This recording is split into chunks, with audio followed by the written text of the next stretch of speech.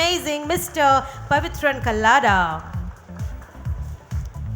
Next, I would like to invite on stage Mr. Raju V, Business Head and SVP, 3PL and Contract Logistics, All Cargo Logistics. With over 39 years of transformative leadership, he's earned prestigious awards and accolades, showcasing his outstanding contribution to the industry. He has undertaken various foreign assignments in shipping and logistics with great success.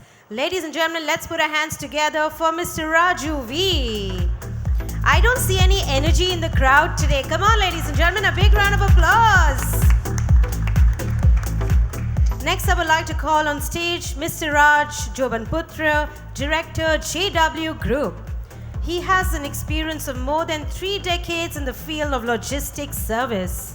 He began his journey with the formation of GAC Air Services, followed by Ground Handling Services, and later established JWC Logistics Park, JWR Logistics, and JWL Cold Store. Ladies and gentlemen, a big round of applause for Mr. Raj Jobanputra. Next, I would like to invite on stage Mr. Sheikh Asad Parvez, Head Logistics and Warehousing, V-Guard Industries. With over 22 years of expertise, he's a trailblazer in supply chain management, logistics, and more. Since joining the company in August 2017, he has been developing and implementing cost-effective solutions and digitizing the supply chain and materials management, saving significant time and money for the company. Ladies and gentlemen, let's hear it from Mr. Sheikh Asad Parvez. And our last panelist for today, I would like to invite on stage Mr. Anil Pote, Logistics Leader, Owens Corning. He's a seasoned supply chain professional with 28 years of global expertise. He's an expert in SQAS, leads assessments for multimodal logistics and tank terminal operations. Before they start, I think they need some energy. So let's hear it for all our speakers on the panel today. Over to you, sir, Mr. Kallada. Good afternoon, everyone. And I think we have an extremely enlightening panelist here. And I think my job make it easy. So the expert from the different, from a user perspective as well as service perspective in terms of contract logistics.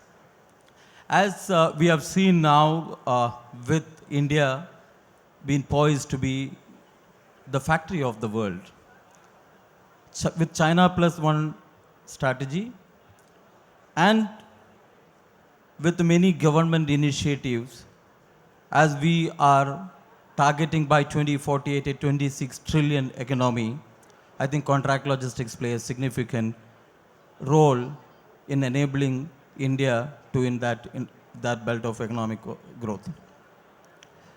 And further, the contract logistics today is a 19 billion market space, but however, it's envisaged to be an year-over-year growth of 5% as we go forward.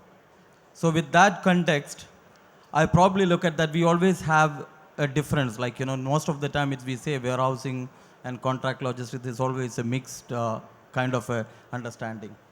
But I think there's a significant difference in when we talk about contract logistics in totality, and warehouse become one component of that entire contract logistics in that perspective.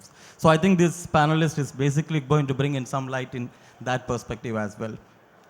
With our ambitious growth, maybe first I start with Anil, where we can start in that. With an ambitious growth of India's economic outlook, and also is poised to be at the factory of the world, and that actually also bring in the mindset of large manufacturers across the world as well as in India, in terms of concentrating in their core competency and would like to bring in whatever possibility outsourcing to the experts.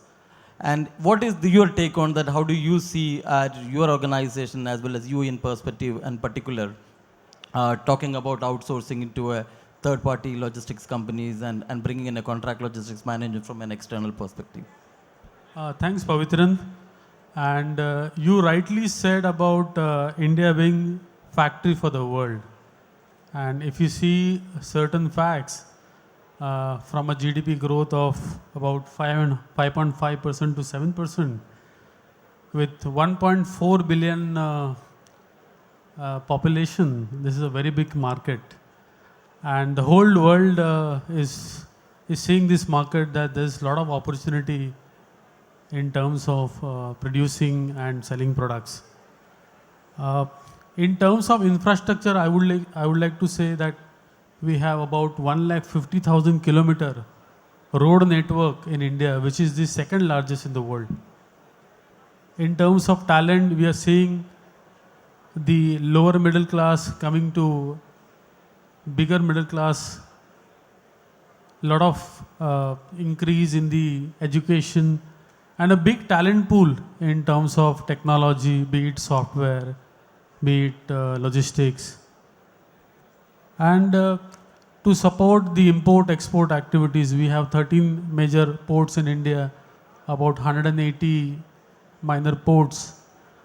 I have witnessed few of the major seaports in India.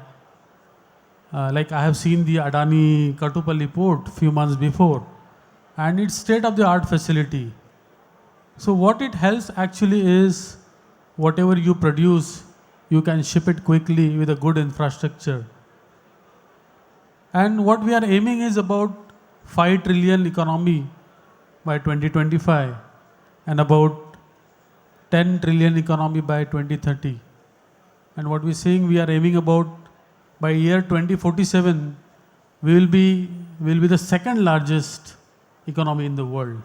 So I see this growth for factory in India and see the opportunities. I represent Owens Corning. We are a US multinational and we are going local. And what we are seeing, contract logistics is the main, I would say, strategy in terms of reducing our cost, being more flexible, and at the time being more agile. I would like to say, when we set up our factory in 1998 in Taloja, we set up for 30,000 kilotons, 30 KT. Today, within same plant, we are manufacturing 150,000 tons within same space. What we did is we gave priority to manufacturing because we are expert in manufacturing. So we say the logistics part be handled by contract logistics. And you rightly said contract logistics is not about only warehousing. It is beyond warehousing. We have ourselves within our factory, we have in-plant operations where entire plant operations which involved handling engineering stores, handling packaging metal store, line feeding is outsourced to a third party. So that's the power of outsourcing, I would like to say. No, I think that's a great example. Probably from a 30 KT to moving 152 K, threefold growth in terms of the same geography, same locations, and bring in efficiency by having it outsourced to an entire 3PL or 4PL. I think there are many PL adding in today's interpretation is quite large. So I think that's there. But also, as you see the economic growth coming in, manufacturing coming in, there are a lot of service providers also come in places, right? There will be many which is homegrown, which has been a simple example growing up in a multi-fold with the bringing in investment in technology.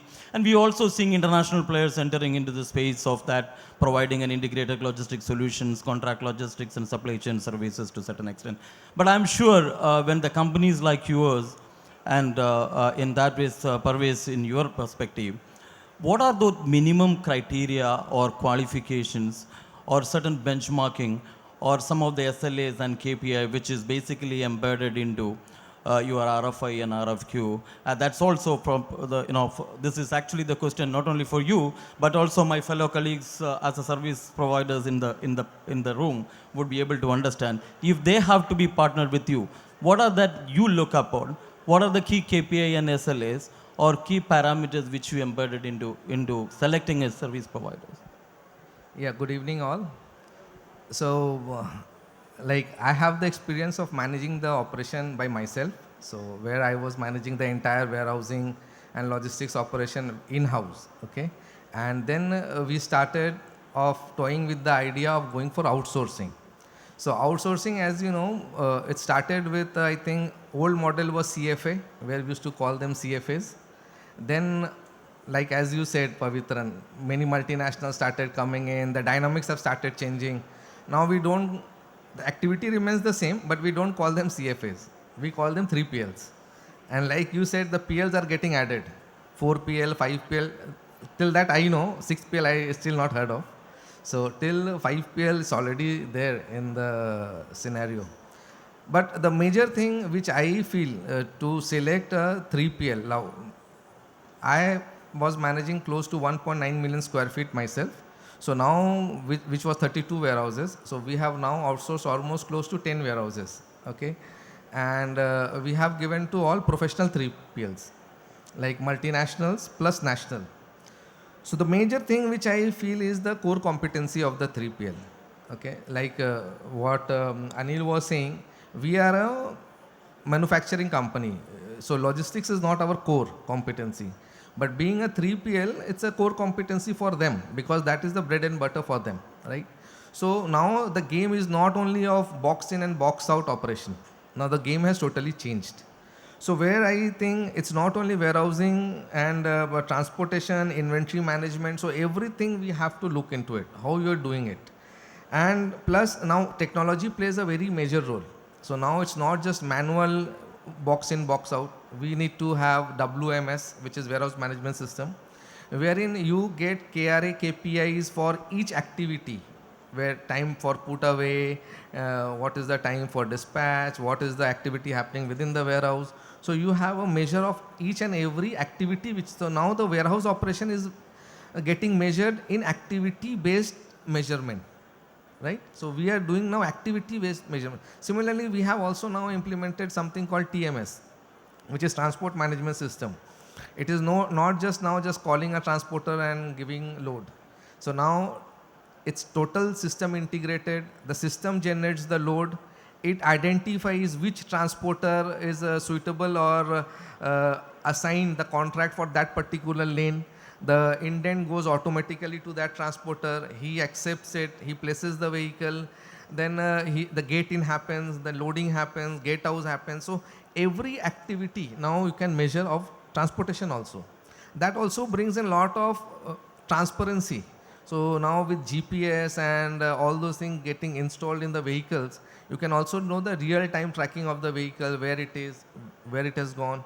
Even if you don't do that, but still you know in the warehouse how much time now. Detention was a bigger challenge for all the transportation industry.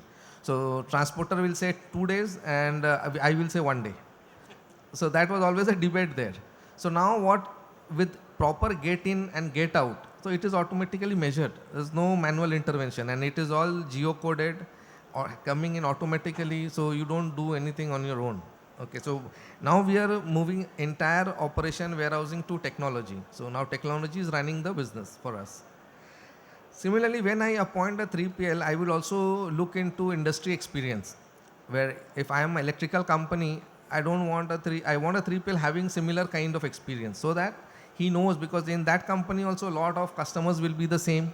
The product handling will be the same because every category product requires a different set of skill set to handle those products, right? So that is again is a very major priority for me because it should be handling a similar or a same industry, so that I will get synergy also, because now synergy is a very important thing in logistics because you know how the demand curve works, right? Everything happens on the last 2 days or 3 days. So billing is totally skewed towards the last 2-3 days. We also don't know as logistician what magic these sales guys do, that they get orders only in the last 2 days. We always keep thinking whatever they're doing on the 30th day, why they could not do on the 24th. We always keep asking this question.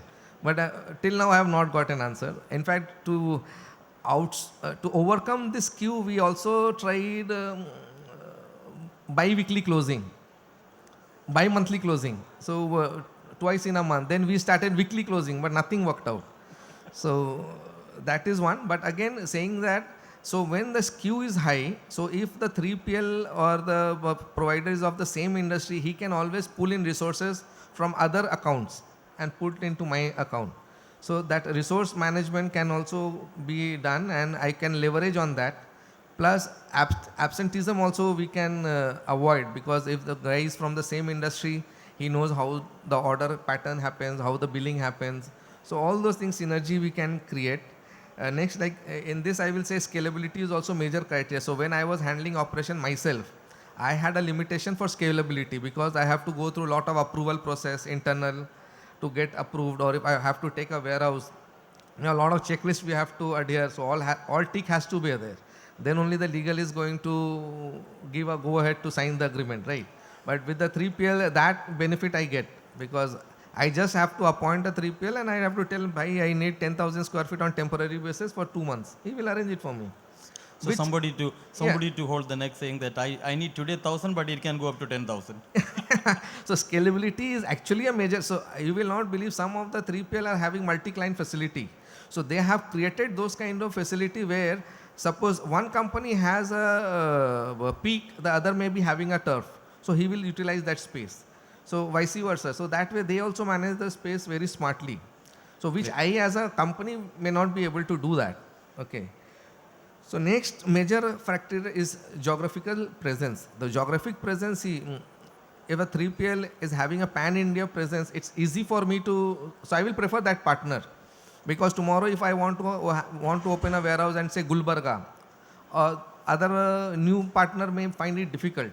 But if the partner is global, is a pan-India presence is having, he can easily open it for me. So if I look at and summarize it, it say that one is tech-enabled capabilities, and the geographical presence and expandability, scalability, and also industrial expertise. So few of those things become key parameters. Which is and considered. two more things which I will say is now compliance and risk management.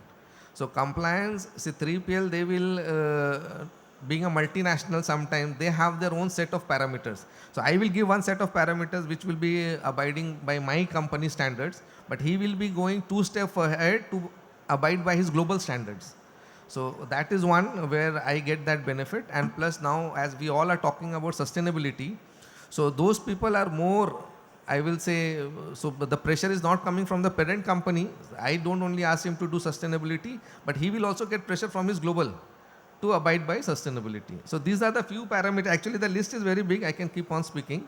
But so maybe when we get the RFI, we will probably start looking at that, all those things. No, great. I think great insight. I think it's also to say that, what are the key top 5 criteria probably. We correct. can have around 100 which is enlisted. But so these are the major 5-6 criteria. Perfect. I think thank you for that insight for the team. And I think we have an industry veteran here, Raju. So, and I think you as an individual and definitely your organization has been catalyst in transforming contract logistics as a business, and also have seen like transforming from a go down to warehouse to multi-user facility, from there moving into last mile delivery technology. Now we know that even contract logistics, which is further enhanced with e-com coming in, which is basically even started taking the sourcing in the marketplace when the contract logistics companies start holding the inventory on behalf of the customers to a certain extent, not only in the warehousing space, even purchasing it and holding it for them from our accredited suppliers. I think the contract in logistics has been transformed quite big. And what do you see that now the demand probably 5 years down the line from a customer, from a users, and what is that been changing now in the current scenario from a user perspective? How are you or an organization seeing that as an opportunity? At the same time, how are you been mitigating these challenges and continue to grow in the marketplace?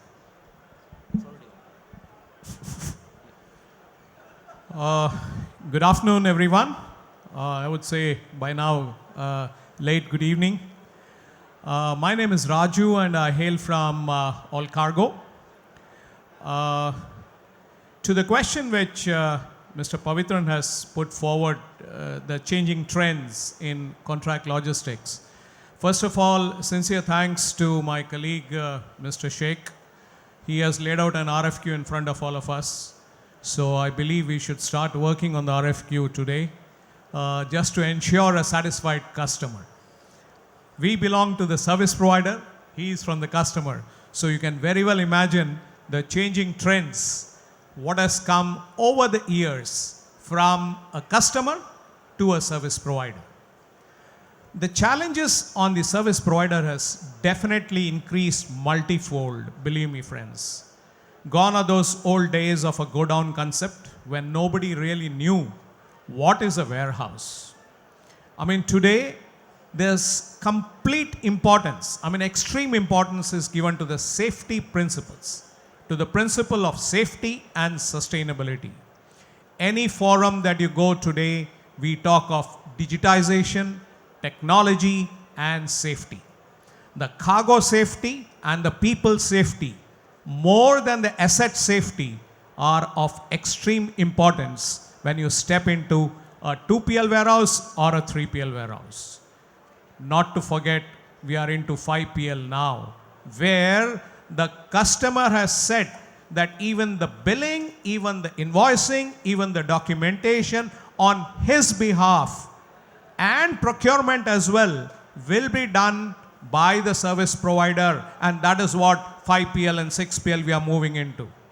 So, gone are those days when we as service providers used to only think of, okay, I provide a warehouse, I buy a warehouse and give it to them.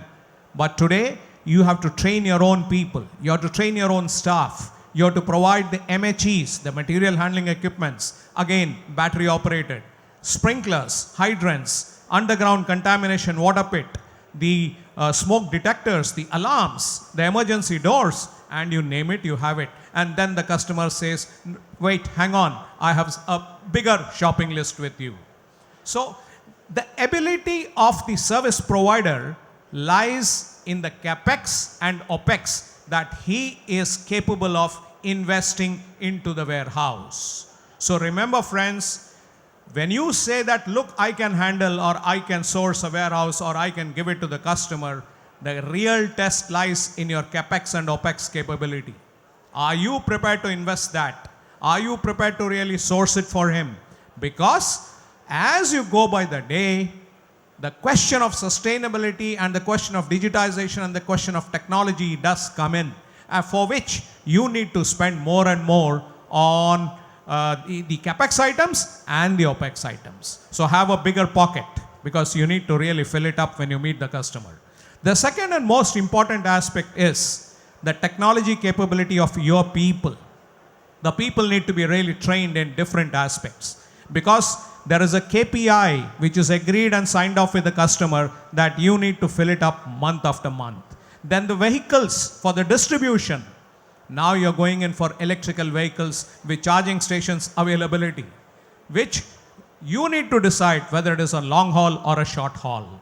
And then no one has talked about the liability management or the inventory management. Both are interconnected, my dear friends, when you provide a warehouse and you are managing the warehouse on behalf of the customer. This shortage, hold the service provider. There is a shortage in inventory, hold the service provider. There is a shortage in the distribution, hold the service provider. So there you are. Again, you have to maneuver yourself through all these small roads, aisleways, and then come out of it successfully. That is where the challenge of a service provider has changed over a period of time. The mighty ones will survive. The meek ones will close up shop and go away. So I think that's an interesting phase in terms of the shift in the mindset and shift in the complete service expectations from the user community has been changed drastically. And I think the big takeaway for the contract logistics service providers are there. How good are you in the continuous investment in adopting latest technology, mitigating your risk process by better processes, better management and risk mitigation processes. How well are you continuous training and continuous education of your resources? And then of course, underpinning that with your sustainability initiative, which is going to be comes in, and also as coming in your capability to adopt and continuous change environment. That's basically become a bigger thing. And I hope he is not threatening, if you don't have a deep pocket, don't enter into contract logistics. So I hope today funds are not something which is challenging. Easily there are venture capitalists, private equity investors are keeping their bag full of money to bring the business idea so that they are willing to invest. So I'm not scaring anybody in that. Enter into this. This is a very good field for the future. So coming back, as government of India, if you look at it, it's become, one is, yes, logistics cost is comparatively very high, but I still don't buy that personally, but I go with statistics. So let me see that, because we have a lower cost items which we buy, and then we say that our cost of the logistics is very high. But somebody would like to go that 200 kilometers radius from a western world terminal to other point, and then compare with 200 kilometers transportation comes from Nhava Sheva to Pune, then they will say where the logistics cost sits in. But coming back, with a lot of initiatives coming in terms of MMLP coming in, Gati Shakti coming in, and also the government is even looking at that, bring in GDP, good distribution practices, GMPs, and all those things are actually basically bringing the quality in our complete distribution network, storage and distribution, and underpin those initiatives, bring in inefficiency from the system and eliminate the logistics inefficiency cost. So Raj, for your perspective, I know an extremely beautiful facility around there, and also expertise in cold chain, and apart from being CFS. So what is your perspective? What are you doing it in that space to see driving this in your area? Thank you for that question. Good evening, everyone. I'm Raj Jobanputra from JW Ventures. So, the relationship between businesses and governments have to be there. With great initiatives from the government, like the National Logistics Policy or the MMLP, or even the awareness of GDP and other things. The relationship is such, it's like a relation between a bullet and a gun. Both can't go without each other, right? With strong infrastructure, we are able to create better road networks, we are able to reach our last mile faster, and we are able to give customized services to our customers. Today, as all my colleagues on the dais have mentioned about various qualitative practices and compliances and idea to scale up the requirements whenever needed for short term. That is one side of contract logistics. But I truly believe that there is another side of it as well, wherein there have to be customized solutions for every requirement. For example, a pharmaceutical space needs a dedicated type of storage. A chemical storage needs a dedicated type of storage. The quality compliances for each are different. The inventory management could be the same, but the quality measures and the compliance requirements are humongously different. Obviously, we know the involvement of AI, that is artificial intelligence and machine learning, which is growing drastically. But at the same time, infusion of technology will play a vital role, along with collaboration of compliances. Because compliances, till yesterday, as Raju sir said, we've moved from from a go-down model to a warehousing model. It is basically the compliance which has really played a vital role with qualitative infrastructure, and with certainly a very strong support from the government by developing a fantastic road network in our country. And also, let us not forget the development of the railways, and as well as the seaways, which is where the government is promoting it very, very strongly. I think that over the next decade, the growth is certainly in India, and the foundation of which was laid down 2 years ago with the National Logistics Policy coming in. And we are going to see a very bright future going forward. Thank you. Great. I think that's actually bring into my another question. As we see, post-COVID, we have seen the change is quite faster, right? And the market trend is changing. Like, we could see the customers planning in terms of its intake in south, so that companies start putting the inventory for south. Then all of a sudden, on the way, you've seen that no, it's not picking up, right? It's not the south, the picking is in north. So how do you move quickly? No, halfway, ship the materials from all the way from the south to north to ensure. And it's not only that, we are seeing the companies even bringing into a global warehousing, which will say that, hey, I put it into an inventory on a virtual place. Wherever is the market shifting, how quickly I make it available to the customers. So in that perspective, what is exactly coming in is contract logistics companies, or I would say the service providers become an integral part of the supply chain strategy, or I would say in the entire face to the market strategy for many of the customers. So how do you see that, and how do you think that this is basically that partnership building and putting their neck into the game? So how those things are happening in your perspective? This question is to both of you. I would like to hear both your perspective to that. Probably looking at the time as well. Thanks, Pavitran. So you rightly said that contract logistics companies, and I always say not 3PL service provider. It's not third party logistics service provider. They are third party logistics partners. And it's very critical. If you see, typically we spend about 6 to 8% as a logistics and distribution cost in the overall product cost. So Asad was mentioning about CFA, so I took that CFA. So C stands for cost, F for flexibility, and A for agility. So if you see these 3 points, this is very important in terms of overall supply chain strategy. And I would like to share some few real examples how cost, flexibility and agility helps you in terms of responding to market changes and changing customer needs. So we have done an arrangement with one of the service providers wherein we can move from anywhere between 25,000 pallet positions to 35,000 pallet positions. And this is a multi-client facility. The beauty of sharing, the service provider has got multiple lines within warehouse, and if my inventory is high, I can go up to 35,000 pallet positions, and if my inventory goes down, I can go up to 25,000 pallet positions. So this flexibility of moving from 25,000 to 35,000 gives a great advantage to company like us to manage our cost whenever there is a change in business dynamics. And what we are seeing every 1.5 year, there is a change in trend and how social, economic, political and external environment is actually affecting the business. So managing your cost with flexibility is a very, very important aspect.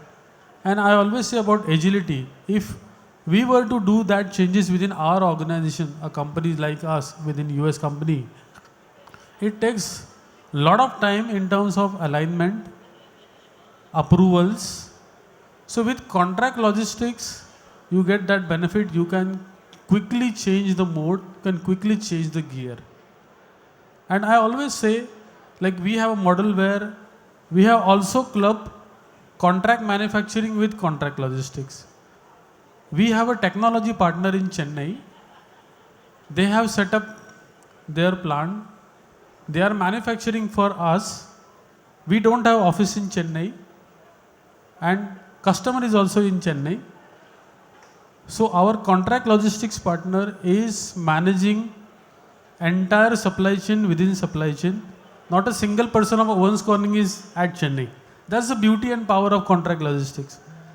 The contract logistics partner, he basically liaises with the technology partner. He lifts the material and then he delivers to customer. A huge advantage in terms of cost, flexibility and agility. And also being in the market where you are able to quickly take action. Yes. I think it's a great. So this is actually bringing in that they are actually become your business partners, right? They are actually fueling your business growth. Great. Yeah, so adding to what Anil said, I think what he said is totally apt. And in fact, the service provider he was talking about, I also have the same service provider. So that is the beauty of it. And adding to it, we have also gone for another model, which is called aggregator model, basically for last mile delivery. So last mile delivery, earlier we used to do what? We used to sign contracts with individual service providers.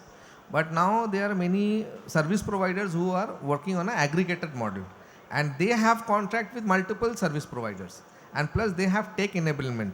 Due to what is happening, so I get, suppose my deliveries from say for Gurgaon to say Trishur. So as per that AI ML they have software, it will suggest which transporter will provide best services in terms of cost, if you select cost as a parameter, or in terms of SLA, if you want SLA as a parameter. So it is me to decide which one I want, and I get that flexibility that my product will be delivered as per the time which I want.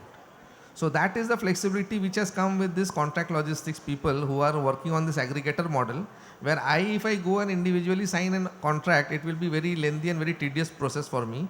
But they will sign, they have contract with multiple people, and with the help of system, now that has become seamless. So that Great. can go on anywhere to anywhere is now possible. You only need to decide what is priority for you, whether it is cost. So we have another set of vendors who are totally working on cost.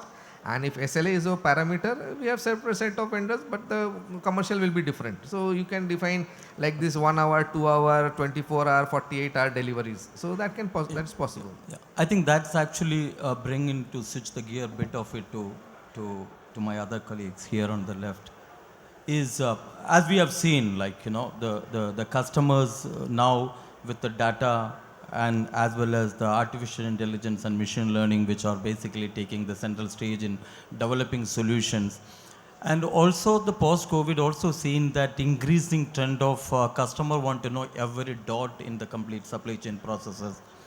And in that sense, like we actually brought in risk monitors where we think about like where the weather is, like if there is going to be rain in another 6 hours. So how are we going to look at if the global transportation has there is a risk war zone, or if there is an earthquake or any other disturbance. So the customers are saying, hey, can I see my risk and route of my supply chain processes?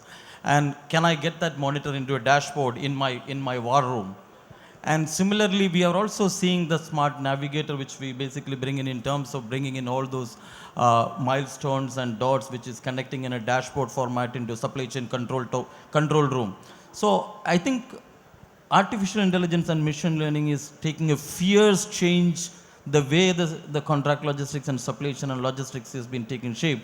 So how is your take and how are you been adopting this? And the questions to both of you and both of your perspective would be great to see for the audience. Yeah. Sure.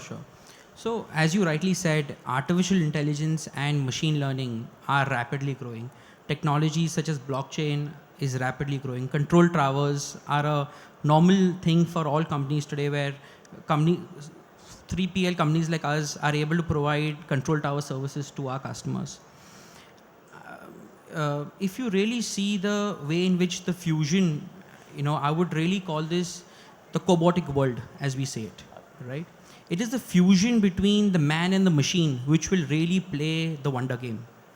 And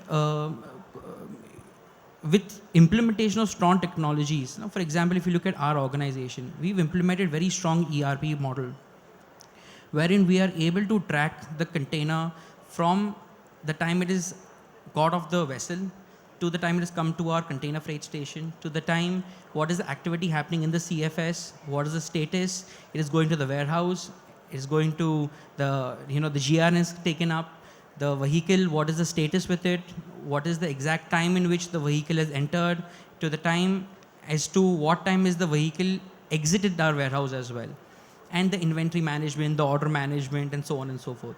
So we are able to track pin to piano for our customers. We are also able to do the reverse logistics. Now all this is possible because of a very strong ERP, which has got ability of having a fusion or easy data transfers to a customer's ERP through API and EDI. And all this is only possible because of technology, vehicle management system, and most importantly, let us not forget cyber security. We are handling such delicate information about our customers.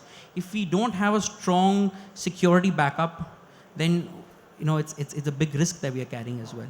So we are invested in all these spheres to ensure a strong and reliable service that we are able to give our customers.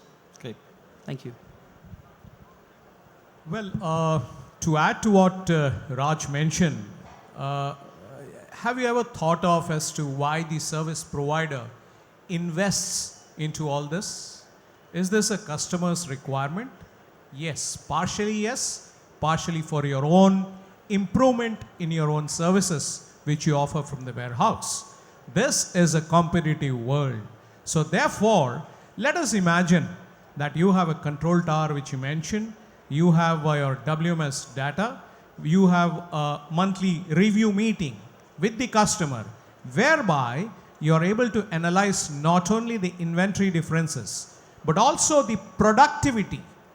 What is important today is the productivity that you are able to achieve, not only in terms of man and machine, but also in terms of injuries, damages, etc. that happen within the warehouse. This is becoming, the HSSE component is also becoming extremely important. And this is what differentiates a successful and a professional warehouse vis-a-vis the also ran warehouse. Secondly, you are now talking of e-com service providers, or what we call it as the fulfillment centers, or the delivery centers, or the short centers, etc.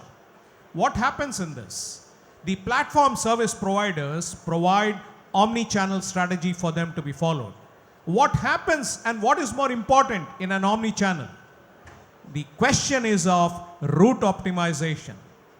Unless and until you know which route to be followed, which is congested, when can you reach, when can your material reach the ultimate client, even when it comes to tier 2 and tier 3 cities. Delivering a material to tier 1 is a very easy proposition. But friends, tier 2 and tier 3, even the addresses may be wrong. Even the address given by the customer while placing the order may be incorrect. And even when you have the correct address, the person concerned who is named in that invoice is not present over there to receive the material. So the question of reverse logistics comes in, what Raj mentioned. But the key question is, how does your company promote reverse logistics? Because it's only in the current period, just a few, maybe a year or two, that we have started promoting reverse logistics. Otherwise, reverse logistics for a warehouse service provider and a platform service provider was always considered as an expenditure item. Today, he is realizing that I can get more customers through reverse logistics process as well. So every warehouse in the e-com mode also has a section or a department dealing with reverse logistics. So then what do you come out with all this? What is your key takeaway? It's not only the warehouse or the shell warehouse or the services of receipt, delivery and inventory management. It is also the HSSE. It is also the liability management. Once again, I come to that. It is also the productivity and the efficiency on every table that you are able to achieve. The value added services that you are able to provide and at what cost. These are the important parameters that define. So I think that's where some of the things, I was actually casually chatting with one of the e-com fulfillment center company and their CEO. They said we put artificial intelligence to the tune because one of the tier 2, the customers ordered near to Pizza Hut, and the Pizza Hut closed. The delivery boy went in there, it's closed, but they have been able to say that which Pizza Hut at which shops were there available. So they've been able to bring back that data to say that what it is coming in. I think there are a lot of, I think technology is really changing the game, particularly in the e-com side. And I'm sure with all these HSCs, incident reporting, corrective measure mechanism. And you know something, sir, the technology is playing such a pivotal role today that we are able to do quality checks and management. There are, in food companies, they are so, depending on the external climate change that happens 3 times, 4 times in a year, the insects in the warehouses will also change because of that, right? The way we are supposed to act upon those insects and address those problems have to also change. So we have to be constantly on it. Great. And with the help of technology, we are able to do this successfully. Capture it and put that into a learning and then put it into the practice. I think that's a great way of how the technology is enabling to be much more productive, reactive and proactive at the same time. So I think we have seen sustainability now become central stage for every action what we do, and we are also seeing that like Europe just imposed the carbon tax for the goods which is going to come in, and as it going to be more like an example, like if you want to be an exporter to the Europe, your product is invariably is going to be costlier than the one which is going to be near sourcing, or probably costlier than one which have more sustainable product and supply chain for making the goods available in Europe. I think increasingly the trend is going to be there where the customers are saying that, hey, how are you putting sustainability solution. When I talk about sustainability, it is not only the green, I mean to say environment alone. I think the business continuity, agility, all those become a big bunch of sustainability initiative. But in particularly in terms of environment and the green logistics. So what is that thing which from a user perspective from both of you with 1 minute each, so that I just want to be clear that we are meeting the time deadline. And so maybe Anil and Parvez, you could just spend for a minute. Yeah, I think the sustainability is very, very important nowadays. If you see all companies are emphasis on sustainability, and I would say not only sustainability, I would also add safety to it. So it's like EHS, environment, health, and safety. So you care about environment, you care about people who are working with you, and you also care about with your service partners. What we have done as Owens Corning is the service partner which we have selected for one of our major facility. What they have done is they have come up with the water harvesting facility within that warehouse. They are also installing solar panels on their roofs. They are basically using battery forklifts. Earlier, we used to have diesel forklifts. Now, if you see, the change has been to battery forklifts. One more good thing which I would like to mention is they have installed sensor-based lights, which will save electricity. And we are also planning for movement of our material from our plant to warehouse. So from our plant to our warehouse is hardly 6 kilometers. What we are planning is, can we have either CNG base or electric base, a 20 feeters or 40 feeters, so that we can work on reducing the carbon footprints. I think that space we have a very good working done on that. So, adding to what Anil just said, so whatever he said is apt, and all the companies are doing it. And plus now, if you are aware that BRSR reporting is mandatory in our balance sheet. So it is now no longer that I want to do it, it is now I have to do it. So it's no longer that whether I am willing or not willing. So in fact, for BRSR and ESG reporting, you have to go, it's not just my vendor who has to be sustainable practices should be following, but his vendors also should be following. So it is going deeper and deeper. So here I would just take one example or one story I will say, which is very close to my heart. So here see, it's sustainability, ESG, all these things we are talking. It is not just that corporate has to do, right? Sitting, each one of us who are sitting here, we also have a role to play in that, right?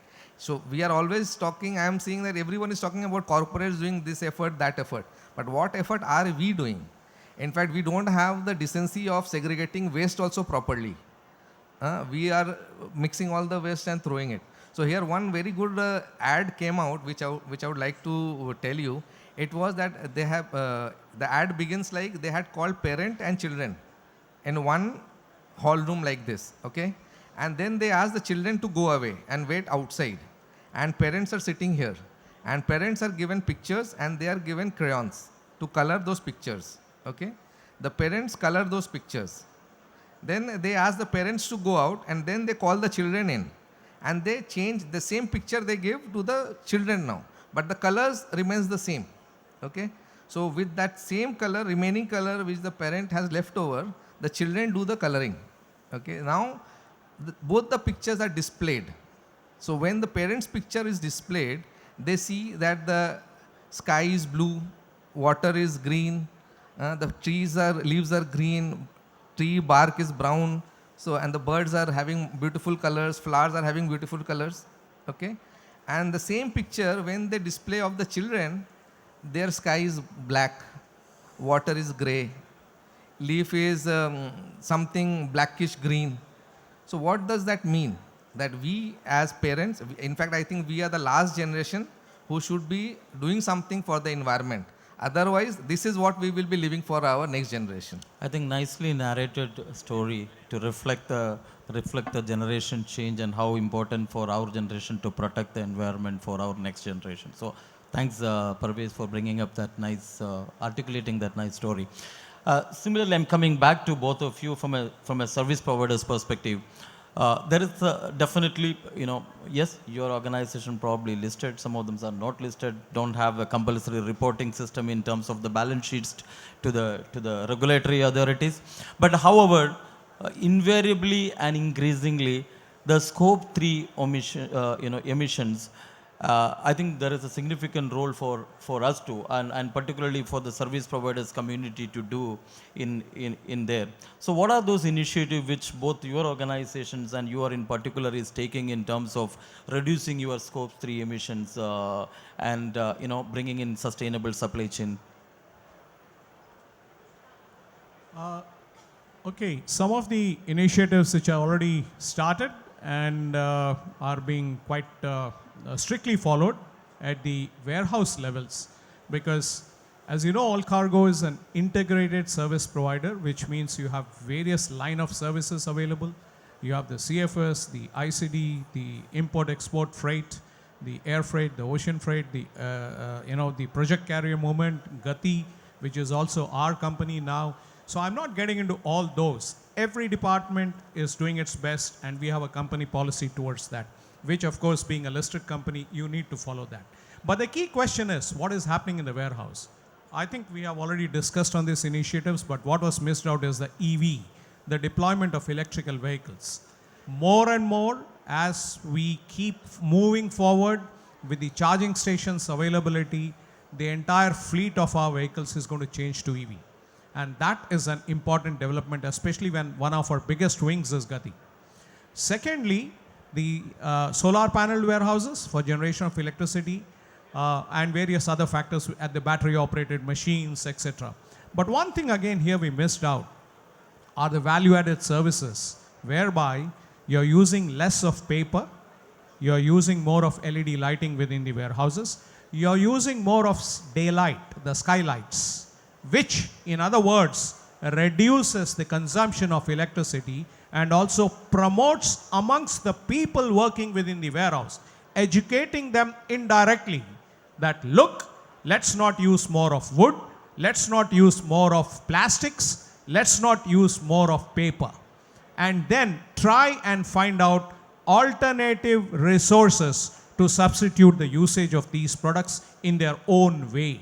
And when you have 70 lakh plus square feet of warehousing space pan India, my friends, just imagine each of these conservatory methods will produce how much carbon emission being reduced from the system.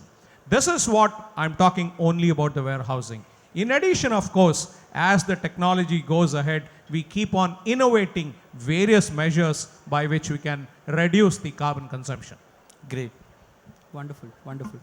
So I completely agree with Raju sir with what he has to say. But in addition to that, we as a company, we're a company, we've got presence in 3 cities, in Mumbai, Delhi and Bangalore. So what we have done as our contribution, small little contribution, A, we've got solar on our rooftops. B, we have invested very heavily into rainwater harvesting. Now rainwater harvesting, we've got 2 sections of it. With rainwater harvesting, sir, one is you can collect the water and charge the ground with water. Second, we are able to also collect the water, use it. We've got a man-made lake. So we are basically able to store the water, use the water throughout the year. We've got a water filtration plant in-house in each of our facilities, which we use it throughout the entire complex. The wastewater is processed through a ETP, which is again pushed into the water closets, right? Before we finally discharge the water. Over and above this, as Raju sir rightly said, use of EVs, LEDs, reducing the use of paper because of technology are all integral parts of adding to this sustainable model. Today, the awareness is growing so rapidly that if logistic companies like ours have to sustain and have to provide services to the multinationals and the various Indian companies, we have to show our carbon credits and we have to show how we are going towards a net zero in the future. Great. So I think we all are moving towards that, and if we are not able to give a green picture to our next generation, then we are committing a crime.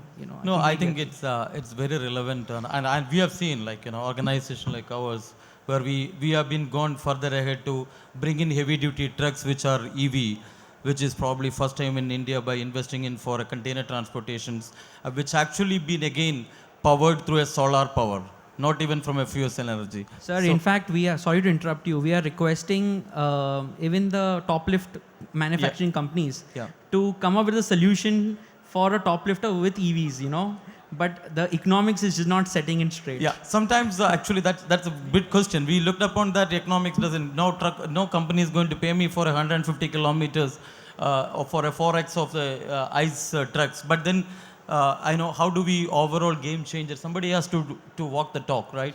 So I think we have seen that. I think an interesting viewpoint and share to the audience. We have 2 minutes left in my time allotted. So I can probably take 1 or 2 questions, and I would specifically ask the person asking question to introduce and also direct the speaker name so that it can be directly picked up.